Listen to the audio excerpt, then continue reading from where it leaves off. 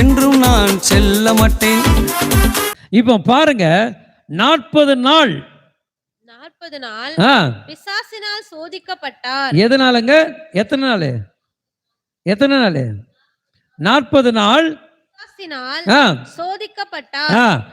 அந்த நாட்களிலே அவர் ஒன்றும் புசியாதிருந்தார். அந்த நாட்கள் முடிந்த பின்பு பாருங்க, எத்தனை நாளுங்க? யார் சோதிக்கப்பட்டா?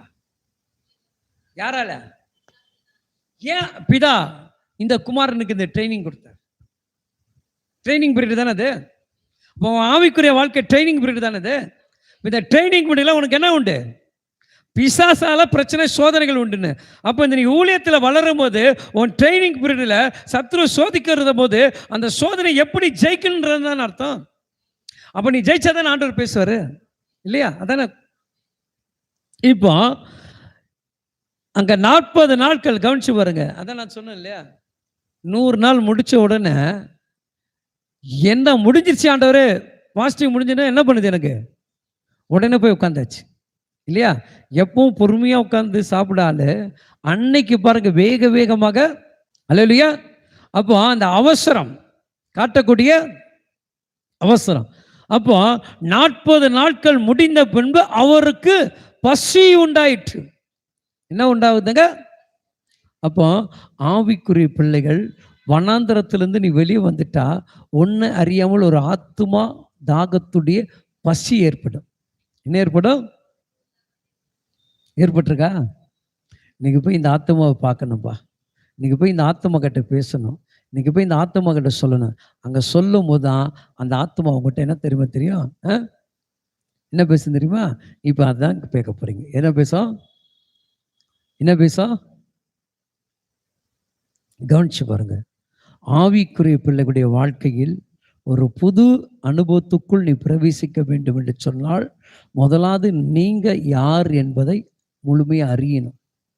உங்களுக்குள் எப்படிப்பட்ட அபிஷேக தன்மைகள். எல்லாருக்கும் ஆண்டவர் தரிசனம் காட்டுவானா? தரிசனம் காட்ட மாட்டார். ஊழியம் செய்தவர் தான். அவருக்குள்ள அந்த நுகம் வந்த பிறகு எவ்வளோ ஊழியர்கிட்ட செவிச்சு அவர்களால் என்ன பண்ண முடியல, விடுதலை பெற முடியல. அப்போ அழைத்து நம்மளை கொண்டு போகிறாருன்னா என்ன அர்த்தம்? அப்போ அதற்குண்டான அழைப்பு, அதற்குண்டான கிருபை, அதற்குண்டான அபிஷேகம், அதற்குண்டான கருத்து, அப்போ எல்லாமே டிஃப்ரெண்ட், எல்லாமே. அப்போ உனக்கு என்ன இருக்குதுன்னு உனக்கு தெரியணும் இல்லையா?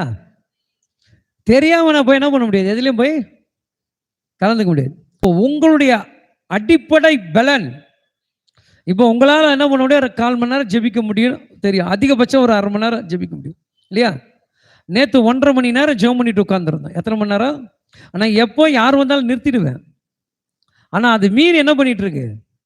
ஜெபம் போது. அப்போ அந்த ஜெபத்தில் ஆவியானவர் என்ன பேசுகிறார் என்பதை என்ன பண்ண முடியும்?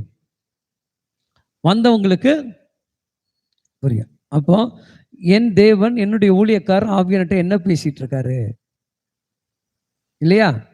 அப்போ என்னை குறித்து வெளிப்படுத்துவதற்கான ஒரு நேரம் கூட அதை ஆண்டவர் வச்சிருக்கலாம். அதுதான் ஆவியானவர் நடத்துறது. ஏன்னா என் ஜெபம் கடவுளுக்கு மட்டும்தான் தெரிந்திருக்க வேண்டும். மனுஷங்க முன்னாடி நான் என்ன பண்ணல, இத்தனை மணி நேரம் ஜெபிச்சா அத்தனை மணி நேரம் ஜெபிச்சன்றதை கூட அந்த கோட்பாட்டை விட்டு நான் வெளியே வரக்கூடிய ஆள். அப்போ ஏன்னா இங்கு தேவன் 40 நாள் சோதிக்கப்படும். இந்த 40 நாள் யாரு கூட இருந்தாரு? சோதனை இருந்தாலும் பிதாவோட தான் அவர் என்ன பண்றாரு, இருந்துட்டு இருக்காரு. இப்ப அடுத்த வசனம் சொல்லுது பாருங்க. அப்பொழுது பிசாசு அவரை நோக்கி, நீர் தேவனுடைய குமாரனே. இப்படி கவனிச்சு பாருங்க. உங்களை என்ன பார்த்து இப்ப பிசாசு கேக்குது, நீ யாருடைய பிள்ளை? தேவனுடைய பிள்ளையாக இருந்தா இந்த கல் என்ன பண்ணு, அப்பமாக்கும்படி சொல்லும் என்றான். தெரியுதா? இப்ப எப்படிப்பட்ட தரிசனத்தை அவன் சொல்றான்?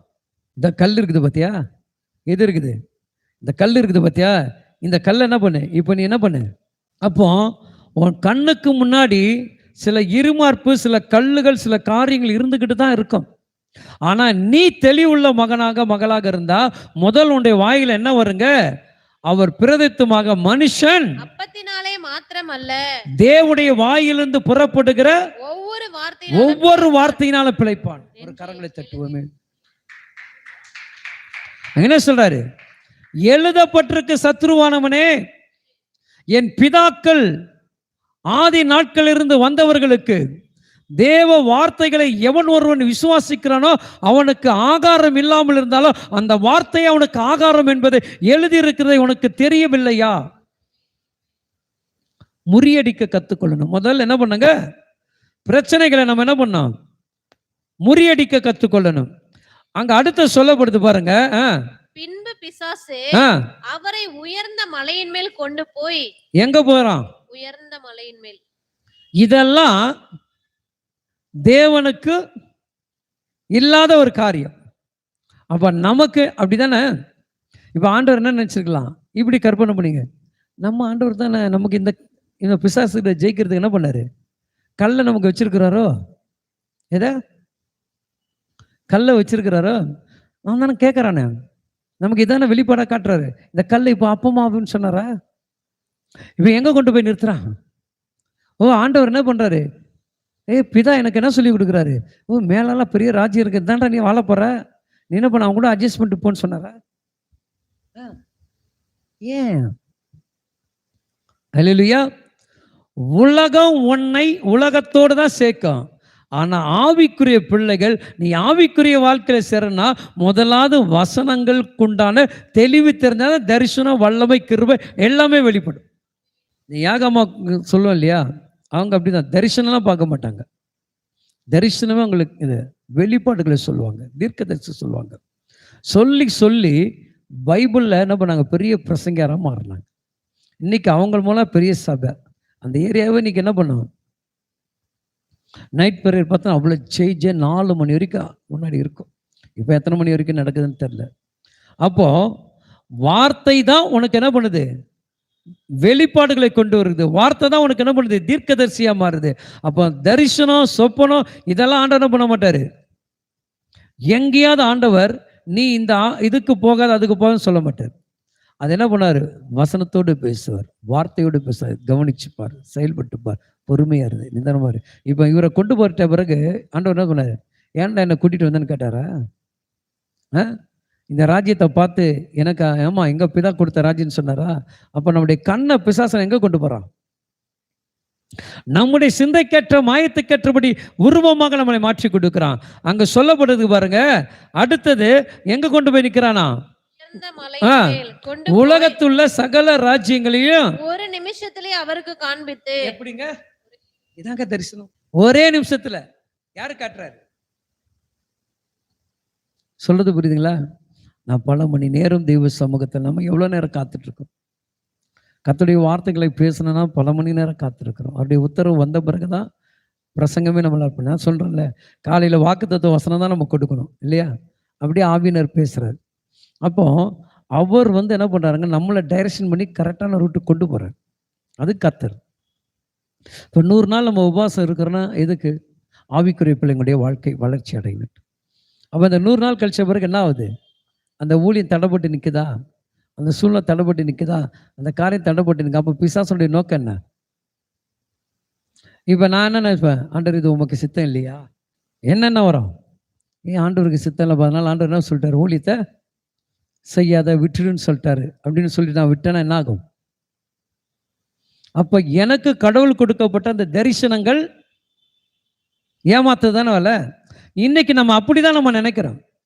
இந்த தேவ பிள்ளைகள் முதலாவது நம்ம தெளிவு அடைஞ்சிட்டோம்னா இது கர்த்தருடைய காரியம், கர்த்தருடைய ஊழியம், கர்த்தருடைய செயல்பாடுகள் என்று இப்போ பாப்பா அந்த அழைப்புடைய அந்த பாரம் உங்களை அழுத்துது. அதுதான் உண்மையான அந்த பாரம். கஷ்டம் இருக்குது, நெருக்கடி இருக்குது, அங்கேருந்து வர்றதுக்கு பிரச்சனை இருக்குது, கடங்கார பிரச்சனை இருக்குது, வீட்டுக்கு போனால் வீட்டுக்காரர் திட்டுவார், எல்லாம் தெரியுது. அதை மீறி தான் எங்கே வர, ஆனால் இங்கே வந்தால் எனக்கு ஒரு மாற்றம் கிடைக்குன்ற நம்பிக்கையில் வர. அது மாத்திரம் எனக்கு கிடைக்குதோ இல்லையோ, நான் பிறருக்கு ஜெபிக்கும் போது அவங்களுக்கு கிடைக்கிற அந்த அபிஷேகம் என்கிட்ட இருக்குது. அதை நான் வீட்டுக்குள்ளே வச்சிருந்தா என்ன நடக்கும் இல்லையா? அப்போ நம்ம எதை இழக்கிறோம், அழைக்கப்பட்ட அழைப்பு முதலாக இழக்கிறோம். அப்புறம் தான் என்ன பண்ண, அந்த அழைப்பு நீ இழந்த பிறகு தான் என்ன பண்ண, அது பேசும், பிசாசு பேசும், நீ செய்த முடிவு கரெக்டு, நீ எடுத்த முடிவு கரெக்டு, இங்கே தான் செய்யக்கூடாது அப்படின்னு அது எடுக்கும். ஏன்னா நீ அசட்டை பண்ணும்போது தான் என்ன பண்ணுறாரு, ஆண்டவர் விட்டுறாரு, பிசாசம் உள்ள நுழைஞ்சிடும். இங்கே என் தேவன் செய்கிறது பாருங்க, ஒரே நிமிஷத்தில் காட்டுறாங்க. எது காட்டுறாங்க,